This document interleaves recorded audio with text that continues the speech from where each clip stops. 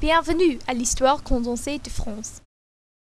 Nous commençons en 771, quand le roi des Francs, Charlemagne, a unifié tous les domaines français.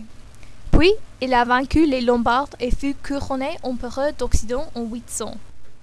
Il est le père fondateur des monarchies françaises et allemandes. En 1066, Guillaume de Normandie a dirigé une invasion d'Angleterre. Après avoir traversé la Manche, il a confronté Harold Godwinson, le roi anglais, à la bataille d'Hastings. Nous sommes les Français! Et nous sommes les Anglais! Les troupes normandes étaient supérieures et Harold a été touché à l'œil. Aïe, mon œil! Je suis le vainqueur, je me déclare Guillaume le conquérant, roi d'Angleterre.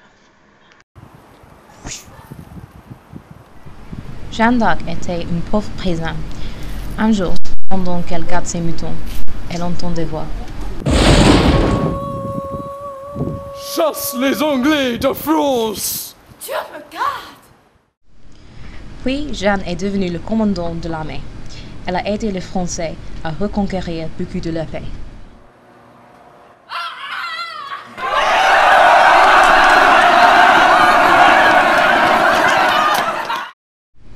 Enfin, Jeanne est faite prisonnière à Compiègne.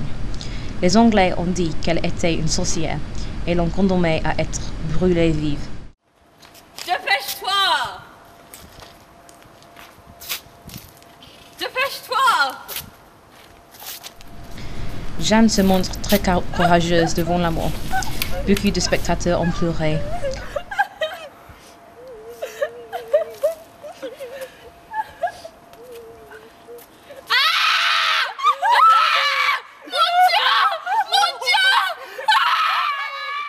Elle est béatifiée en 1909 et canonisée en 1920.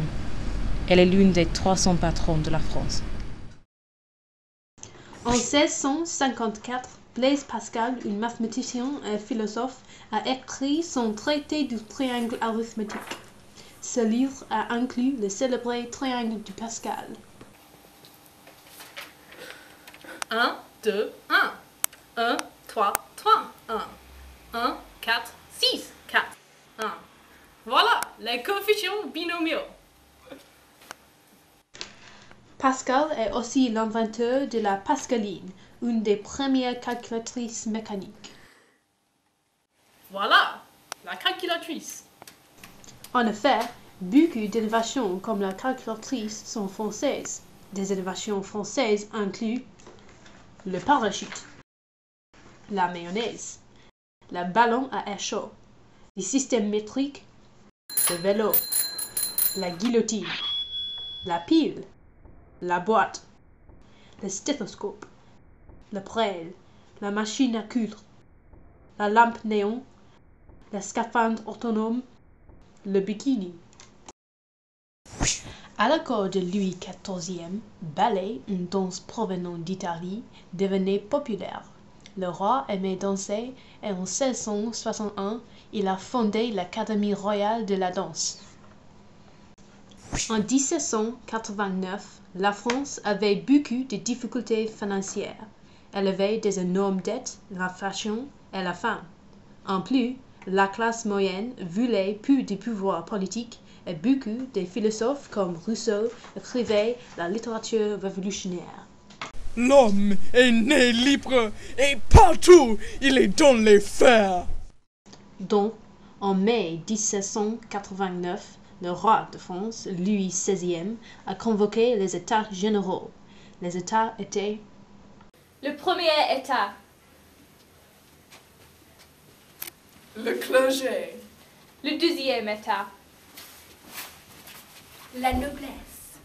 Et le tiers État. La classe ouvrière. Le tiers-État était mécontent parce que les impôts étaient trop hauts et le système de vote était injuste. Les États généraux ne peuvent pas arriver à un accord. Le tiers-État s'est déclaré l'Assemblée nationale. Le roi a essayé de résister. Il a fermé la salle des États. Quand l'Assemblée nationale ont découvert ça, ils ont allé à l'un des cours de tennis et ont fait le serment du jeu de paume. Nous promettons de créer une constitution. En octobre, le prix du pain avait augmenté tant que les femmes pauvres de Paris ont défilé à Versailles pour protester. Nous voulons du pain. Nous blâmons Marie-Antoinette. Nous voulons du pain. Nous blâmons Marie-Antoinette. Nous voulons du pain. En juin 1791, la famille royale a fui à Montmédy, mais a été arrêtée à Varennes et ramenée à Paris. C'est le roi.